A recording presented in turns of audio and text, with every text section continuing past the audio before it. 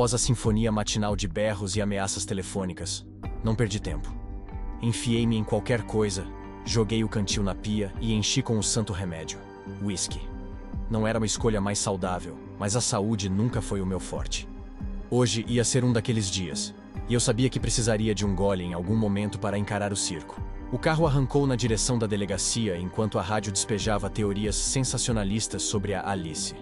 Jornalistas, os verdadeiros abutres, rasgando a carniça do caso sem o menor pudor.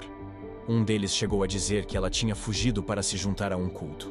Culto ou não, eu tinha minha própria pilha de perguntas para responder. Cheguei à delegacia de Ganevale com o humor típico de uma manhã infeliz. O prédio sempre me impressionou de uma forma amarga. Eram 5 andares de uma arquitetura sólida e velha, o tipo que grita respeito ao passar, mas que por dentro cheira a café velho e desorganização. O exterior era puro teatro. Paredes de pedra robustas, testemunhas silenciosas de décadas de promessas de segurança. O nome da delegacia foi pregado na fachada em letras austeras, como um selo oficial para o caos lá dentro. As janelas, enfileiradas e protegidas por grades de ferro, davam um ar de fortaleza. E a porta de madeira, grossa e marcada pelo tempo, pareciam mais uma entrada para um templo de burocracia do que um bastião da lei. Estacionei no mesmo lugar de sempre, onde a pintura do chão já tinha desistido de existir. Peguei meu cantil, dei um gole discreto, porque afinal, ninguém precisa saber de tudo, e me preparei para encarar o que quer que o inspetor tivesse para me ferrar naquele dia.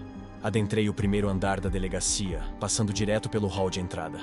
Era um espaço que tentava desesperadamente parecer acolhedor, mas não conseguia esconder o ar de cansaço impregnado nas paredes.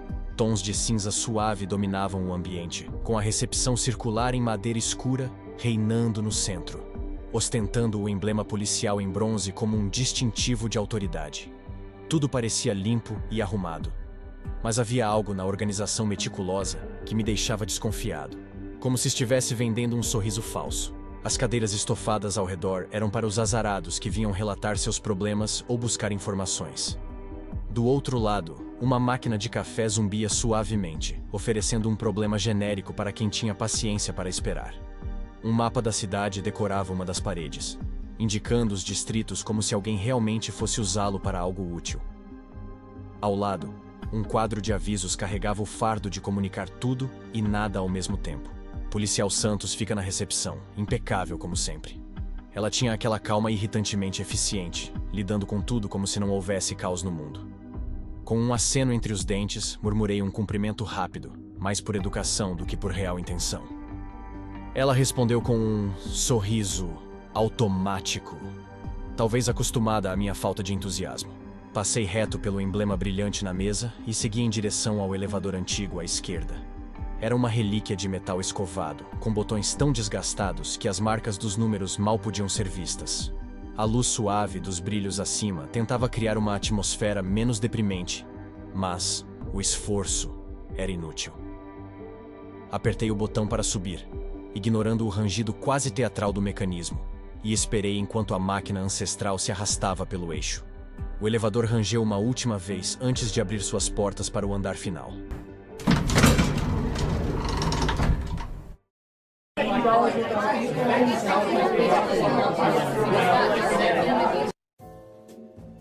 Dei um passo para fora e imediatamente o burburinho da sala atingiu meus ouvidos.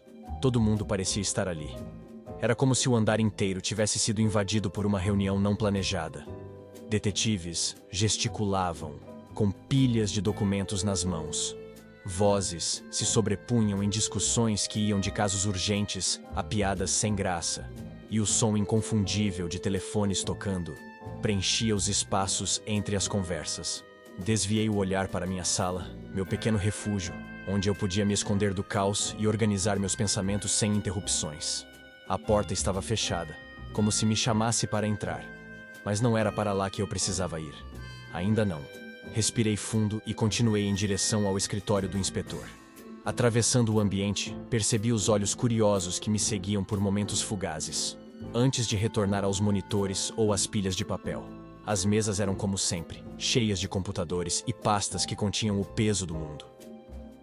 Os mapas de investigações pregados nas paredes pareciam quase zombar de mim, com suas linhas vermelhas conectando um caos organizado que apenas ampliava minha dor de cabeça. Finalmente, cheguei à porta do inspetor. A placa polida reluzia sob a luz, ostentando o nome do inspetor Anton Roberts.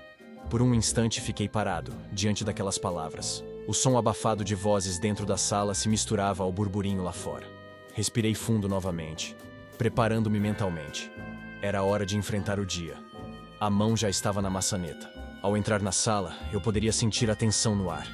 Anton estava de pé, sua postura firme, mas havia algo em seus olhos que indicava que a pressão estava aumentando, mais do que ele gostaria de admitir. Do outro lado da mesa, Alexander Müller, o assessor do governador, estava claramente irritado, quase à beira de perder a compostura. Eles estavam discutindo, mas não era uma conversa amigável. Anton, com sua calma habitual, tentou manter o controle da situação, explicando que a investigação seria feita de maneira meticulosa e cuidadosa. Ele estava tentando fazer Müller entender que a pressa poderia prejudicar o andamento do caso. Mas, por mais que tentasse, as palavras não surtiam efeito. Müller, por sua vez, estava focado apenas no tempo, no quanto o caso poderia se arrastar e como isso estava afetando a imagem do governador. Ele queria rápido, não queria ouvir detalhes ou minúcias. Ele queria que o caso fosse resolvido, e que fosse agora. A tensão aumentava a cada palavra. A cada argumento de Anton, Müller respondia com mais impaciência. O governador estava esperando respostas, estava cobrando, e a pressão para ter algo concreto era cada vez mais insustentável. Anton, no entanto, manteve a sua postura firme. Ele explicou que os detetives estavam fazendo tudo o que era possível, que o trabalho estava sendo feito da melhor maneira. Mas, acima de tudo, ele pediu paciência e confiança. Müller, obviamente, não estava disposto a aceitar isso sem mais questionamentos. Ele deixou claro que o governador não ficaria satisfeito com a falta de progresso e que a situação estava se tornando insustentável. A conversa estava se aproximando de um ponto de ruptura, e a tensão era palpável. Eu me vi ali, parado na porta, observando tudo de longe. Havia um jogo político acontecendo ali, e eu não sabia até onde Anton estava disposto a ir para garantir que a investigação seguisse seu curso sem pressão externa. Eu sabia que tinha meu próprio papel a desempenhar, e talvez fosse a hora de intervir. Raspei a garganta e disse: "Inspetor, você queria falar comigo?" Maldita hora em que abri minha boca. Assim que Müller me viu, o olhar dele me fulminou. Seus olhos eram como lâminas, as veias na testa pulsavam como se estivessem prestes a explodir. Ele estava furioso. Isso era claro. Por outro lado, Anton me lançou aquele olhar. Eu conhecia bem aquele olhar. Já tinha visto essa expressão antes, e sabia exatamente o que vinha a seguir. Ele ia jogar tudo em cima de mim. Sempre caía no meu colo. Era o peso de ser o segundo no comando. As buchas sempre encontravam o caminho até mim. "Detetive Davis", começou Anton, com aquela calma quase insuportável. "Estávamos esperando a sua chegada. Tem alguma informação sobre o andamento do caso?" Engoli seco. Eu tinha algo sim, mas era pouco. E nada muito sólido ainda. Olhei para Anton e depois para Müller, que parecia pronto para me esmagar se eu não dissesse o que ele queria ouvir. Suspirei, ajustei o tom e falei: "Tenho algumas informações, mas, no momento, são superficiais." Mantive minha voz firme, mas neutra. Há cerca de uma semana, Alice foi vista na boate Euforia.